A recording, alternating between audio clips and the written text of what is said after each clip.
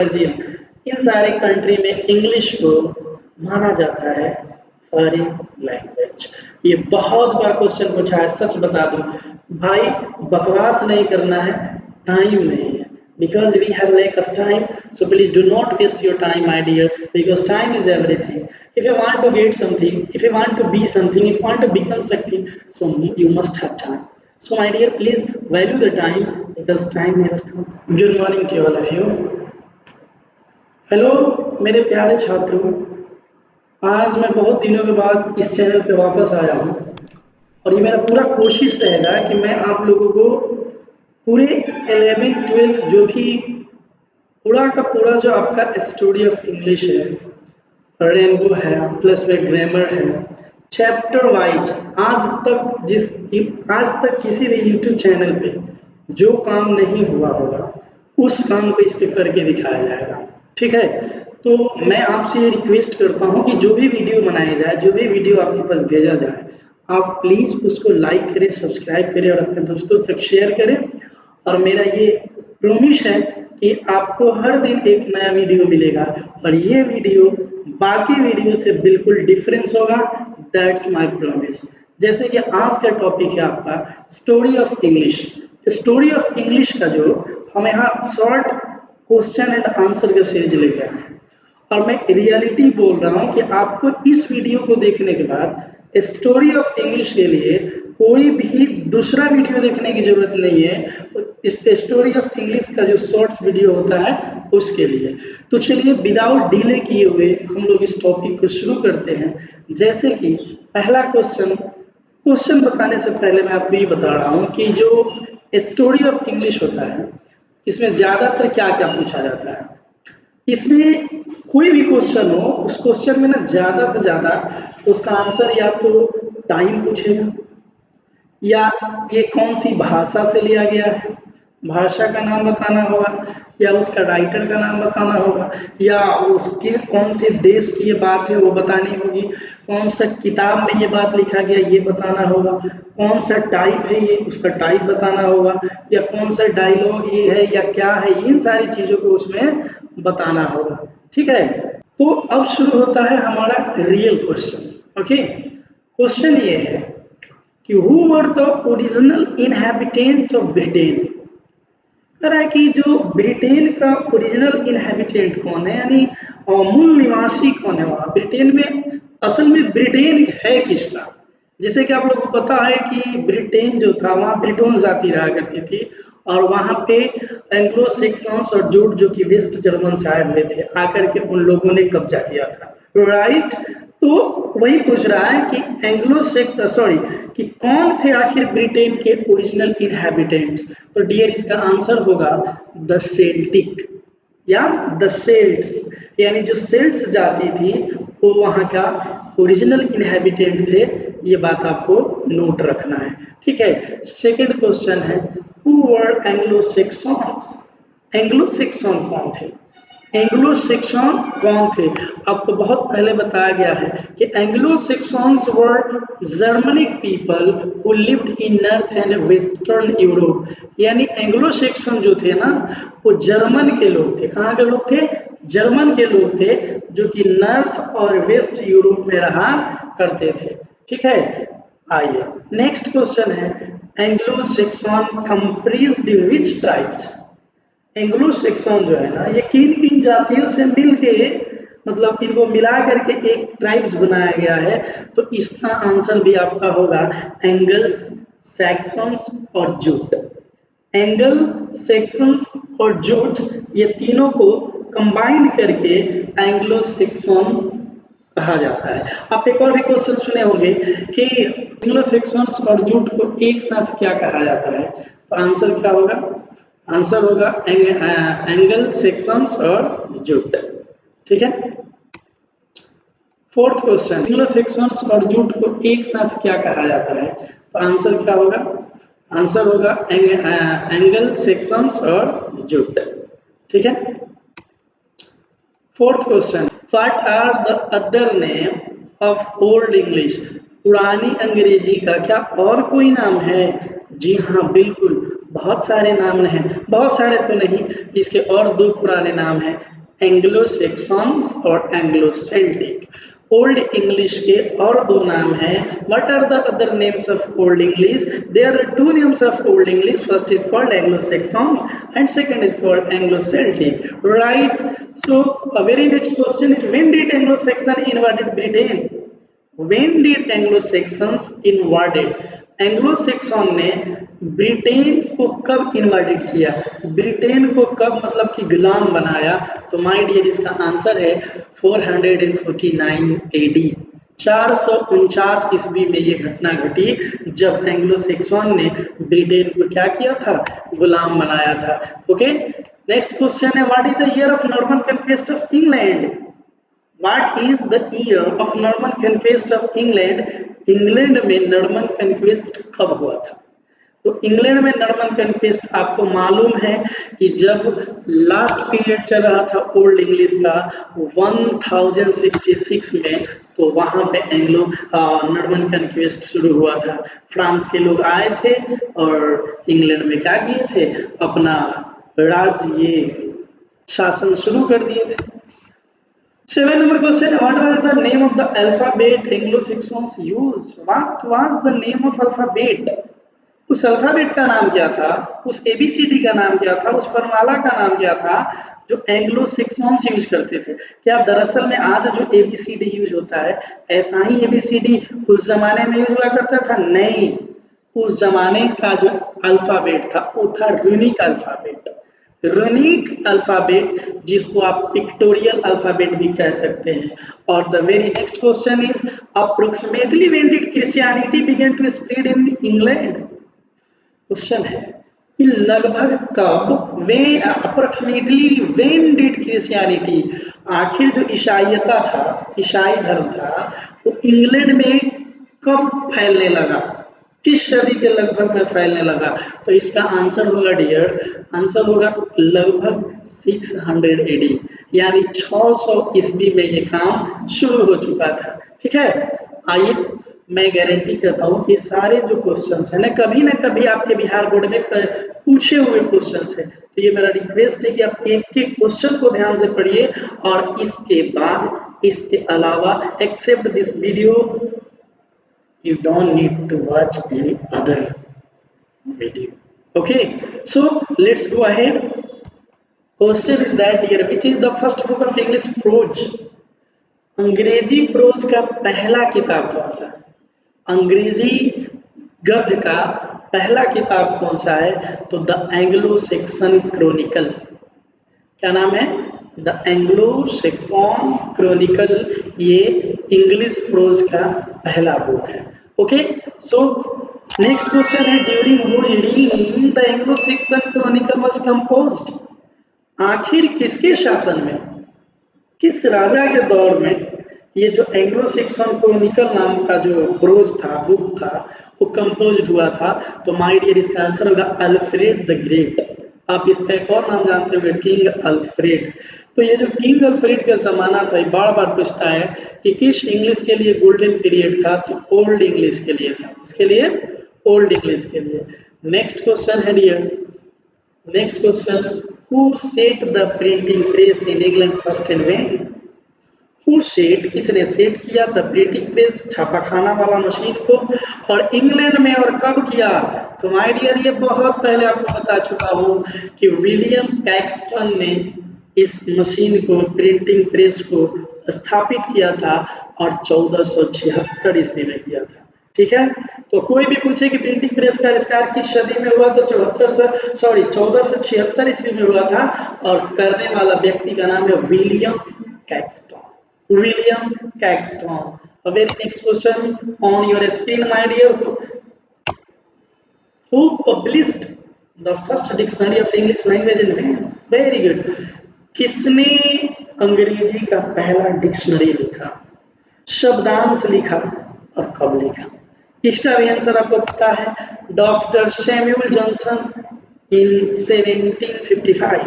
Doctor Samuel Johnson ने 1755 ईस्वी में एक डिक्शनरी लिखा, जिस डिक्शनरी का नाम था the dictionary of English language. या ऑफ कोर्स। नेक्स्ट क्वेश्चन है dear, name two writer of middle English period. Middle English period का 2 राइटर का नाम बताएं जो कि मिडिल इंग्लिश के दौरान में मतलब अपना योगदान दिए रहे हो। ठीक है, तो उनका नाम है जियोफ्री चौसर एंड विलियम लैंगलैंड। क्या नाम है? जियोफ्री चौसर एंड विलियम लैंगलैंड। आप देख सकते हैं। ठीक है, अच्छे से देखिए, बहुत जरूरी है। ठीक है, नेक्स्ट क्वेश्चन है dear, name two work of English, name two works of the old English period. Old English period में जो 2 ऐसा काम बताएं, तो ऐसा रचना बताएं जो कि बड़ा फेमस था। तो 2 है, Beowulf and Exeter book. Beowulf and Exeter book. Okay, very good. And the next one is dear, name two works of the Middle English period. Same question. Middle English period का 2 काम बताएं, 2 work बताएं। तो वो है The Canterbury Tales and Piers the Plowman. The Canterbury Tales and Piers the Plowman. ये 2 रचनाएं हैं जो मिडिल इंग्लिश के जमाने में, मिडिल इंग्लिश के पीरियड में हुई थी। ओके, नेक्स्ट क्वेश्चन है dear, what name the dialects of old English period. Very good. हालांकि ओल्ड इंग्लिश पीरियड का जो डायलेक्ट्स हुआ करता था, उन डायलेक्ट्स का नाम बताएं। डायलेक्ट्स का मतलब होता है बोलियां। ओल्ड इंग्लिश में कितने तरीके से बोलियों मतलब बोला जाता था। आज के जमाना में इसे एक्सेंट बोला जाता है। जैसे आज हम लोग ब्रिटिश इंग्लिश बोलते हैं, फ्रेंच इंग्लिश बोलते हैं, अमेरिकन इंग्लिश बोलते हैं। जस्ट लाइक उस जमाने में भी हर एक इंग्लिश के दौर में डायलेक्ट्स हुआ करता था। तो ओल्ड इंग्लिश में माय डियर, ओल्ड इंग्लिश में टोटल 4 डायलॉग्स थे, Kentish, Northumbrian, American and West Saxon. Kentish, Northumbrian, American and West section. So I hope कि आप लोग ये बात को समझ पा रहे होंगे। और आगे हम बढ़ते हैं। आज टोटल मैंने आपके लिए 35 क्वेश्चन लेके आया हूँ, और ये 35 क्वेश्चन कभी न कभी 2024 में, 2018 में, 2023 में हर बार ये क्वेश्चन पूछा हुआ है। अगर बिलीव ना हो, अगर आपको यकीन ना हो, पेपर उठाइए, पेपर उठा के चेक कीजिए कि जितने भी क्वेश्चंस हैं, ये सारे क्वेश्चंस आपके एग्जाम बोर्ड के हैं। Okay, so please do not underestimate these questions. Okay, next one is dear, name the foreign influence on old English. Name बताएं उस विदेशी प्रभाव का, उस विदेशी इन्फ्लुएंस का जो कि ओल्ड इंग्लिश पे पड़े थे। तो उनका नाम आपको भी मालूम है, Latin and Scandinavian. Latin and Scandinavian. पहला इम्पैक्ट किसका था? लैटिन का। दूसरा इम्पैक्ट किसका था? स्कैंडिनेवियन का। Right, okay. Question number 18, mention some words borrowed from Latin. Oh my God, I know. Guys, मैंने आपको पहले ही बता चुका हूँ, बहुत बार बताया हूँ कि इंग्लिश इज अ चोर लैंग्वेज। अंग्रेजी एक चोर भाषा है। जिस कंट्री में जाता है ना, वहां से कुछ शब्द चुरा के लाता है, वहां से कुछ वर्ड चुरा के लाता है। तो ये लैटिन से भी कुछ वर्ड चुराया हुआ है। तो उन्हीं कुछ वर्ड्स का नाम बताना है जो कि है हीवेन, hell, God, sin, nun, priest. Heaven, hell, good, sin, nun, priest. These all are Latin words. Okay, very good. The next question is, mention two significant events distinguishing middle from modern English. 2 ऐसे significant घटना का नाम बताएं जो कि middle से लेकर के मॉडर्न इंग्लिश तक चला। माय डियर, वो है the introducing of printing technology. एक तो प्रिंटिंग टेक्नोलॉजी का आविष्कार, और दूसरा ग्रेट बबल शिफ्टिंग। हमेशा याद रखेंगे कि ये मिडिल स्कूल में, मिडिल इंग्लिश में तो शुरू हुआ, लेकिन मॉडर्न इंग्लिश में इसका प्रभाव ज्यादा दिखा। Okay, question number 20, name the dialects of middle English. Middle English के डायलेक्ट्स, मिडिल इंग्लिश के बोलियों का नाम बताएं। तो डियर, उसका नाम है northern, southern, East Midland, West Midland and Kentish. Northern, southern, East Midland, West Midland and Kentish. Old English में 4 बोलियां थी, मिडिल इंग्लिश में 5 बोलियां हैं। अब एक सवाल उठेगा, sir how many dialects are there in modern English?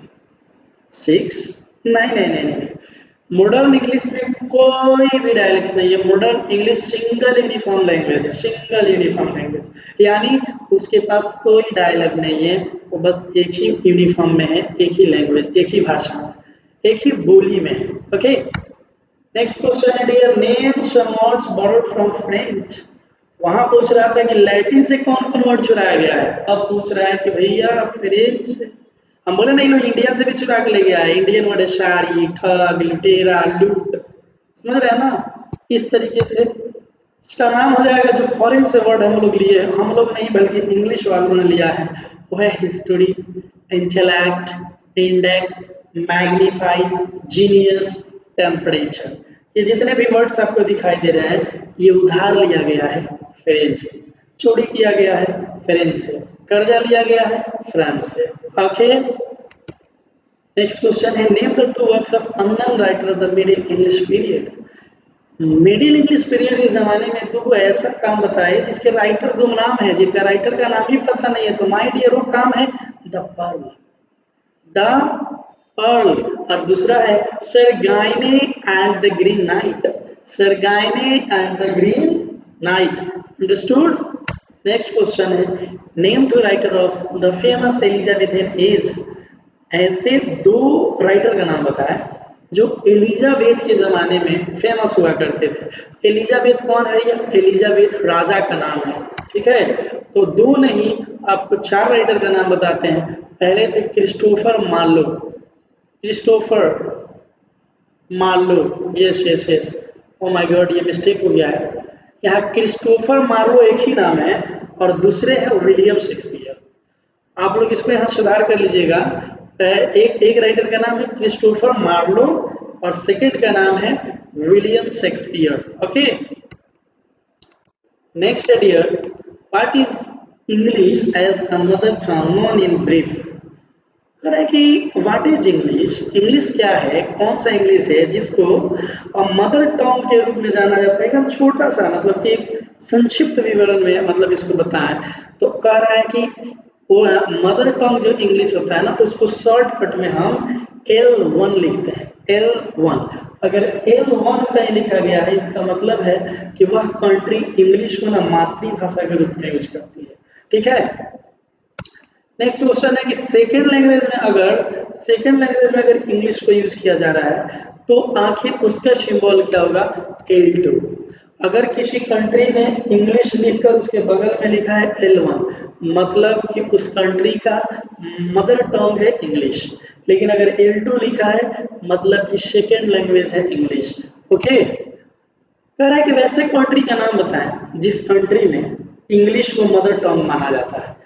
US है, यूएसए है, आयरलैंड, कनाडा, ऑस्ट्रेलिया, न्यूजीलैंड, ये सारे जो देश है ना, इन देश में इंग्लिश को मदर लैंग्वेज माना जाता है, यानी यह वहाँ का राष्ट्रभाषा है। और English, USA, Ireland, Canada, Australia, New Zealand, right, understood. Next question है डियर, ऐसी कंट्री का नाम बताए जहाँ इंग्लिश को ना द्वितीय भाषा माना जाता है, सेकेंड लैंग्वेज माना जाता हो। इंडिया हो गया, सिंगापुर हो गया, मलेशिया हो गया, नाइजीरिया हो गया, नामीबिया हो गया, बोस्टवाना हो गया। फिर से एक बार रिपीट करते हैं, India, Singapore, Malaysia, Nigeria, Namibia, Botswana, ये सारे जितने भी कंट्री है ना, इन सारे कंट्री में इंग्लिश को सेकेंड लैंग्वेज के रूप में ट्रीट किया जाता है, यूज किया जाता है। The second one is, my dear, name some of the countries where English is used a foreign language। कुछ ऐसे कंट्री का नाम बताए, कुछ ऐसे देश का नाम बताए जहाँ पे इंग्लिश को ना ही मदर टंग माना जाता है, ना ही सेकेंड लैंग्वेज माना जाता है, बल्कि उसको फॉरेन लैंग्वेज माना जाता है, विदेशी भाषा माना जाता है। वो है dear China, Japan, Egypt, Iraq, France, Germany, Mexico, Brazil. ठीक है, China, Japan, Egypt, Iraq, France, Germany, Mexico, Brazil, इन सारे कंट्री में इंग्लिश को माना जाता है फॉरेन लैंग्वेज। ये बहुत बार क्वेश्चन पूछा है, सच बता दूं भाई, बकवास नहीं करना है, टाइम नहीं है, because we have lack of time, so please do not waste your time, my dear, because time is everything. If you want to get something, if you want to be something, if you want to become something, so you must have time. So my dear, please value the time, because time never comes. Okay, Next question is, where does the word drama come from? What does it mean? Drama शब्द का जो नाम है ना, ये कहाँ से आया और इसका मतलब क्या होता है? तो ड्रामा जो वर्ड है वो ग्रीक से आया है। ग्रीस एक मतलब एक क्या है, कंट्री है, वहां से आया है, जिसका मतलब होता है थिंग्स डन। क्या होता है? Things done. इस चीज को याद रखिए। नेक्स्ट क्वेश्चन है, what are the different element in drama? आखिर ड्रामा में कौन कौन से एलिमेंट होते हैं, कौन कौन से तत्व होते हैं, कौन कौन सी चीजें होती है? तो वो है dear plot, character, dialogue, gesture, scenic effects, music and soliloquy. क्या था? ड्रामा के एलिमेंट्स कौन कौन होते हैं?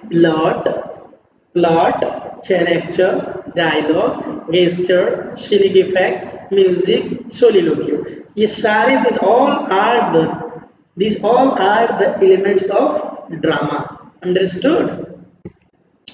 Name the different types of drama. अब ड्रामा का प्रकार बताना है, ड्रामा का टाइप बताना है।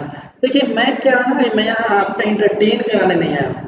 इंटरटेन कराना होता तो ये 40 सवाल पढ़ाने में ना लगभग 2 घंटा लग जाता, लेकिन मैं सोच रहा हूँ ना कि जितनी जल्दी हम लोग ना वीडियो को पूरा करेंगे, जितनी जल्दी हम ज्यादा क्वेश्चन करेंगे, उतना ही हम लोगों के लिए बेनिफिट होगा। So my dear, please believe me, I am here to suggest you, I am here to say I am here only for you. Yeah of course, name the different type of drama. Drama कितने type का होता है? Drama जो होता है tragedy होता है, comedian drama होता है, ट्रेजी कॉमेडी ड्रामा होता है, फार्स होता है, मेलो ड्रामा होता है, मास्क होता है एंड वन एक्ट प्ले होता है। फिर से बता दें, ड्रामा का टाइप पूछे तो ट्रेजेडी होता है, कॉमेडी होता है, ट्रेजी कॉमेडी होता है, फार्स होता है, मेलो ड्रामा होता है, masque and one act play होता है। इस बात को आप ध्यान में रखिएगा। What were the sacred plays which appeared in English after the Norman conquest called? कह रहा है कि what was the sacred play which appear in English after Norman conquest called? जब नॉर्मन की जब विजय हो गई तो उस समय में कौन सा खेल खेला जा रहा था, कौन सा नाटक खेला जा रहा था? वो था morality play. Okay, question number 33 है, which kind of dramatic literature develop in the late middle age? कौन ऐसा ड्रामेटिक लिटरेचर था जो मिडिल एज के ना मतलब अंतिम घड़ी में, लेट पीरियड में आया? वो भी था morality plays. The second last question is, name the first English tragedy and its author. पहला इंग्लिश ट्रेजेडी किसने लिखा, जो ड्रामा का एक टाइप है, और कब लिखा? तो वो है गर्बोडक थॉमस एस्कीले ने लिखा था। गर्बोडक Thomas एस्कीले। Which distinctive type of comedy evolved during the Aristotelian age? Which distinctive type of comedy evolved during the Aristotelian age? Aristotelian age के दौरान, है ना, केस मतलब कि ना होता है थोड़ा सा गिरना टाइप का कॉमेडी का इवाल्व हुआ था, इजाद हुआ था, तो था comedy of manners. So my dear, I hope that कि आप लोगों ने इस चीज़ को बड़े आसानी से समझा होगा, और आज आपका स्टोरी ऑफ इंग्लिश का शॉर्ट जितने भी क्वेश्चन बन सकते थे आपके 2025 के एग्जामिनेशन के लिए, उसको हमने कवर किया है, और मुझे पूरा उम्मीद है, मुझे विश्वास है कि इससे बाहर क्वेश्चन नहीं आएगा। तो माय डियर, प्लीज़ इस वीडियो को पूरा देखें, अपने दोस्तों तक शेयर करें, और हमको कमेंट करके बताएं कि क्या आपको आगे भी इस टाइप का वीडियो का नीड है या नहीं। अगर आप कमेंट करते हैं तो इंशाल्लाह एंड बेशक end of course next video बहुत ही जल्दी 1 से 2 दिन में अपलोड किया जाएगा। Okay, bye bye, see you tomorrow.